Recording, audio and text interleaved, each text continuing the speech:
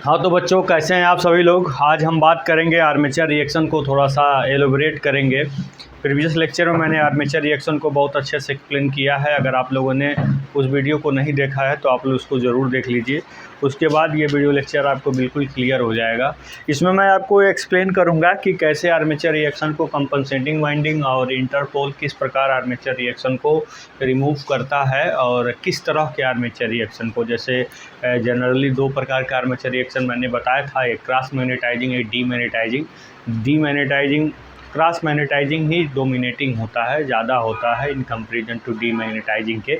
इन चीज़ों को हम यहाँ समझेंगे, फिर इनको हम कैसे रिमूव करेंगे उसके बारे में विचार किया जाएगा। दोस्तों, यहाँ पे सारी बातें हमने प्रीवियसली एक्सप्लेन कर दिया था। दो प्रकार के या दो मैग्नेटिक पोल्स हैं, इनके बीच में आर्मेचर है या आर्मेचर कंडक्टर्स हैं। जब इसको हम लोड देते हैं मशीन को, जब मान लीजिए जनरेटर है तो ऐसे रोटेट कर रही है, तो जो आपका न्यूली आपका एमएनए है वो क्या हो जाता है, शिफ्ट हो जाता है new MNA. In the case of generator के केस में उसका रोटेशन के डायरेक्शन में शिफ्ट होता है, मोटर के केस में उसके रोटेशन के अपोजिट डायरेक्शन में आपका एमएनए शिफ्ट हो जाता है। क्यों होता है, सारी बातें हमने प्रीवियस लेक्चर में मैंने बता दिया था। देखिए, यहाँ पे दो प्रकार का जो आर्मेचर रिएक्शन होता है उसमें इनको हमने क्रॉस, मान लीजिए करंट अंदर जा रहा है, यहाँ से करंट बाहर निकल रहा है, ठीक है। तो यहाँ पे न्यूट्रल कंडक्टर्स हैं, मान लीजिए यहाँ पे न्यूट्रल कंडक्टर्स हैं, कोई दिक्कत की बात नहीं, इसको हम यहीं से भी ले सकते हैं। और इसको थोड़ा और बड़ा बनाएं तो यहाँ पे एक न्यूट्रल कंडक्टर बना सकते हैं यहाँ पे, जिसको हम एमएनए वहाँ से होके जा रहा है। बहुत बड़ा इशू नहीं है, आप इन चीज़ों को समझ सकते हैं कि एमएनए शिफ्ट हो गया है। और यहाँ पे आप देख रहे हैं कि ये जो जितने भी टर्न्स हैं इनके द्वारा जो मैग्नेटिक फ्लक्स जनरेट हो रहा है, आर्मेचर के जो टर्न्स हैं इनके द्वारा जो मैग्नेटिक फील्ड जनरेट हो रहा है वो मेन मैग्नेटिक फ्लक्स को क्या कर रहा है, क्रॉस कर रहा है। इसका भी जो आपका टर्न्स है, आर्मेचर के जो टर्न्स हैं वो क्या कर रहा है, मेन मैग्नेटिक पोल के फ्लक्स को क्या कर रहा है, क्रॉस कर रहा है। इनको हम बोलते हैं क्रॉस मैग्नेटाइजिंग एम्पियर टर्न्स। ये आर्मेचर के क्या हैं, क्रॉस मैग्नेटाइजिंग एम्पियर टर्न्स हैं। और ऊपर आप देख रहे हैं कि यहाँ पे जो आपके कंडक्टर्स हैं वो मेन मैग्नेटिक फ्लक्स को क्या कर रहे हैं, सीधे अपोज कर रहे हैं।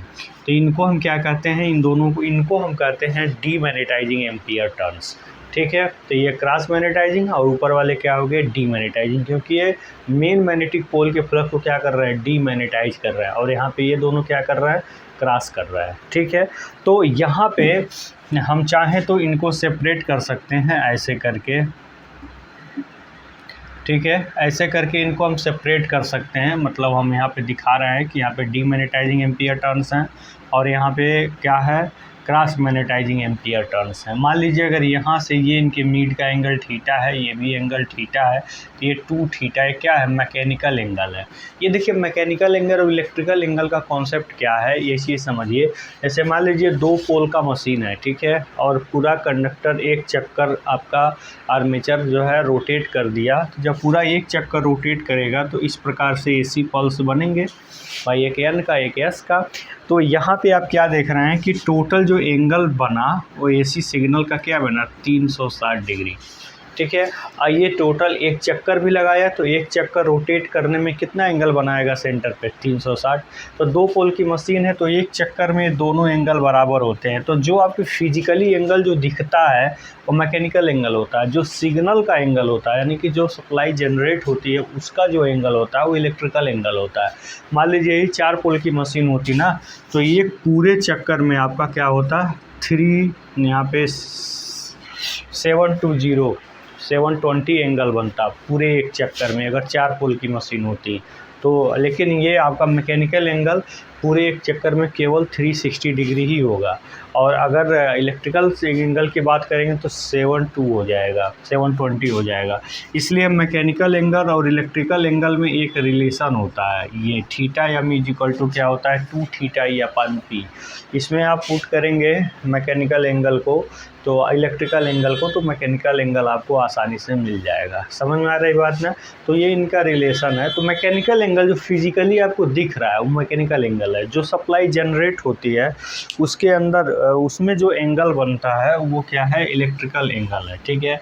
तो हमने सोचा इस कॉन्सेप्ट को भी यहाँ पे क्लियर करना है। तो यहाँ पे आप देखेंगे तो हमने क्लियर हो गया कि ये आपके ये दोनों ऊपर वाले क्या है, डीमैग्नेटाइजिंग एम्पियर टर्न्स हैं और ये आपके क्रॉस मैग्नेटाइजिंग एम्पियर टर्न्स हैं।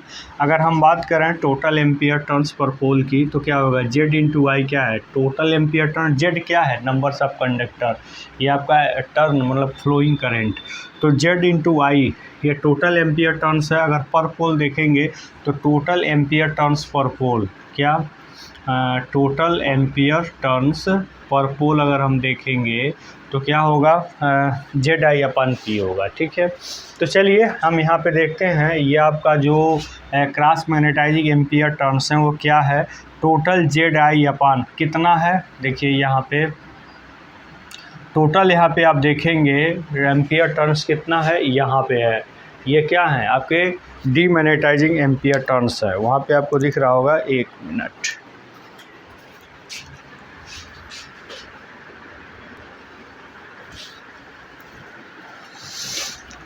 तो दोस्तों आप देख रहे हैं 2 थीटा एंगल में आपका टोटल आपका क्या है, डीमैग्नेटाइजिंग एम्पियर टर्न्स हैं।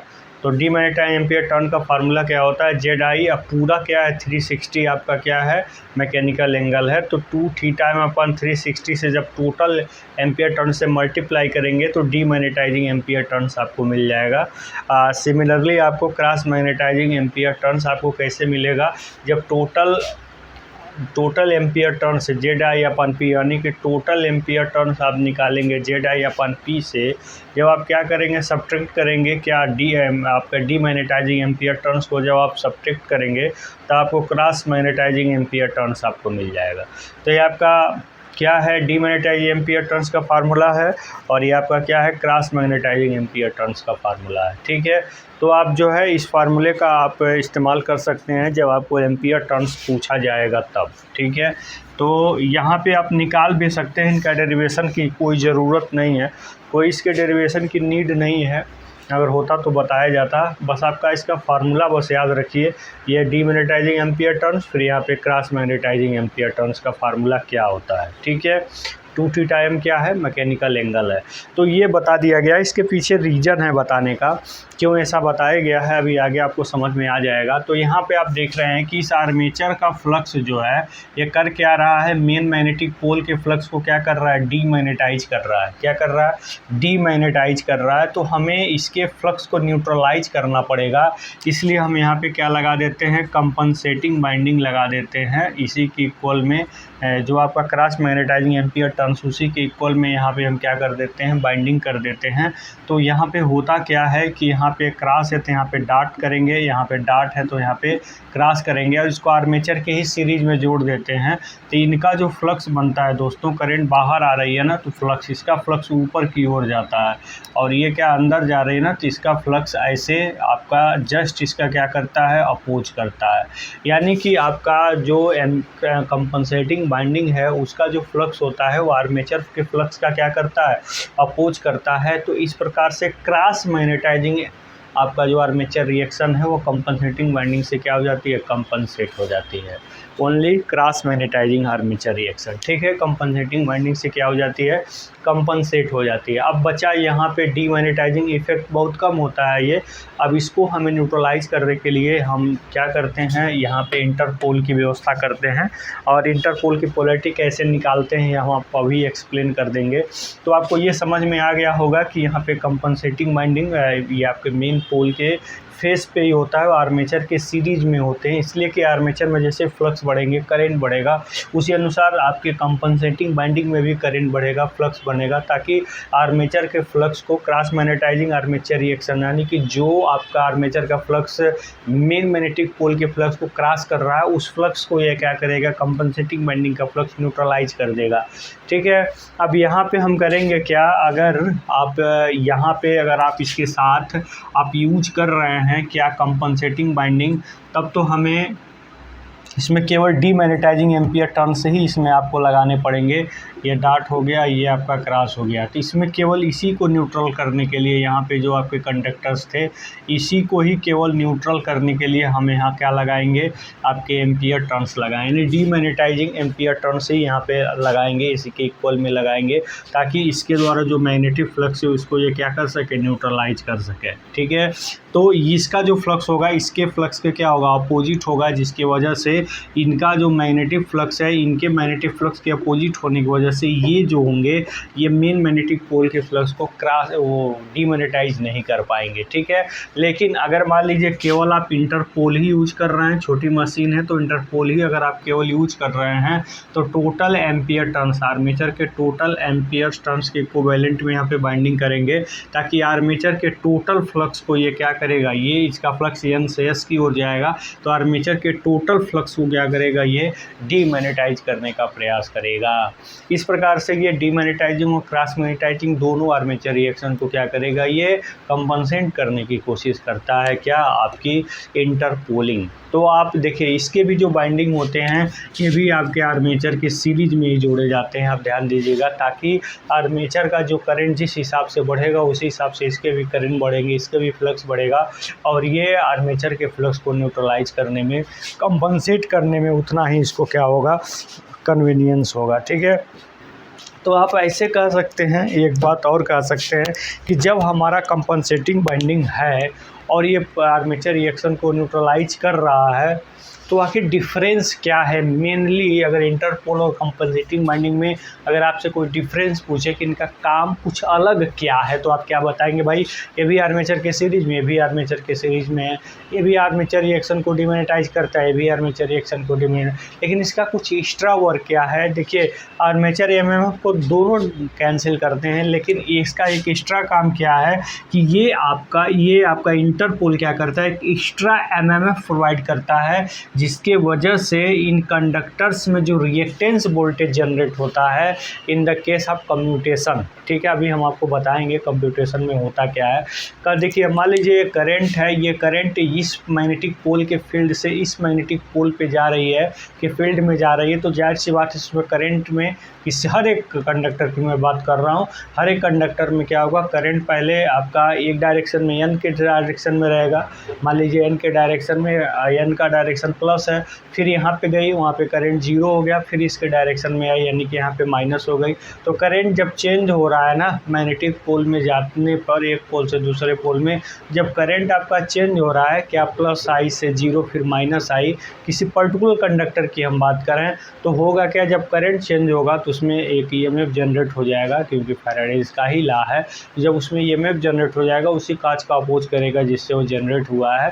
तो वो करता क्या है कि हर एक कंडक्टर की बात कर रहे हैं, सारे कंडक्टर से यहाँ से जब यहाँ जाएंगे उसमें रिएक्टेंस वोल्टेज जनरेट हो जाता है। वो रिएक्टेंस वोल्टेज क्या करता है, इस करंट कन्वर्जन का अपोज करता है, जिससे कुछ करंट पीछे हो जाती है और वो एयर के थ्रू कंडक्टर्स को मिलती है, ब्रश को मिलती है, जिसको हम स्पार्क करते हैं। तो जो यहाँ पे रिएक्टेंस वोल्टेज यहाँ पे जनरेट होता है, उस रिएक्टेंस वोल्टेज को न्यूट्रलाइज करने के लिए ये इंटरपोल एक एक्स्ट्रा एमएमएफ प्रोवाइड करता है। ये काम जो है कंपनसेटिंग वाइंडिंग से अलग करता है, कंपनसेटिंग वाइंडिंग ये काम नहीं करती है। इंटरपोल आपका ये काम करता है, रिएक्टेंस वोल्टेज को न्यूट्रलाइज करने का भी काम करता है। बहुत इंपॉर्टेंट बात हमने बताई आपको दोस्तों, अच्छा लगा हो तो जरूर इसको शेयर करिएगा। तो आज के वीडियो सेशन में मैंने आपको ये बताया कि किस प्रकार इंटरपोल और कंपनसेटिंग वाइंडिंग अपने वर्क को परफॉर्म करते हैं। यहाँ पे दोस्तों एक बात ज़रूर ध्यान में रखिएगा कि अगर इसकी पोलैरिटी आपको जानना है तो जनरेटर के रोटेशन के डायरेक्शन में जो पोलैरिटी मिलेगी वही इंटरपोल की पोलैरिटी होगी। जनरेटर में रोटेशन के डायरेक्शन में जो, देखिए रोटेशन के डायरेक्शन में एन बनाना, तो एन ही इसकी पोलैरिटी होगी, देखिए पीछे। ठीक है, रोटेशन के डायरेक्शन में जो भी आपको पोलैरिटी मिलेगी वही इंटरपोल की पोलैरिटी होगी। जैसे हमने रोटेट किया, यहाँ से आया ना, तो ऐसे इसकी पोलैरिटी होगी, यहाँ रोटेट किया एन आया ना, तो एन ही इसकी पोलैरिटी होगी।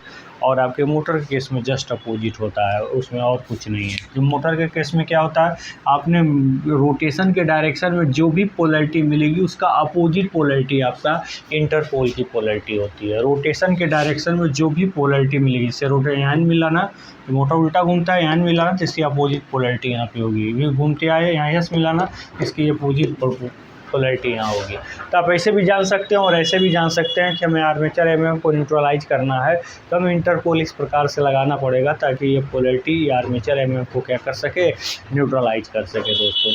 तो इस प्रकार से आपको समझ में आ गया होगा कि किस प्रकार कंपनसेटिंग वाइंडिंग पोल फेस पे होकर के क्रॉस मैग्नेटाइजिंग आर्मेचर रिएक्शन को रिमूव करती है और इंटरपोल दोनों प्रकार के आर्मेचर रिएक्शन को किस प्रकार से रिमूव करता है।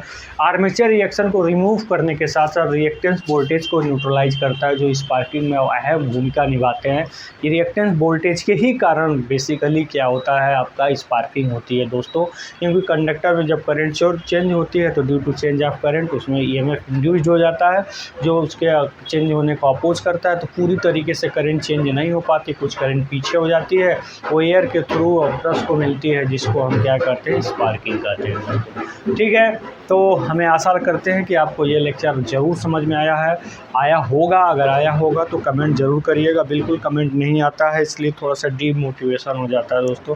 तो आप थोड़ा सा मोटिवेट करिए, अपने विचार सुझाव कमेंट बॉक्स में ज़रूर दीजिए। धन्यवाद।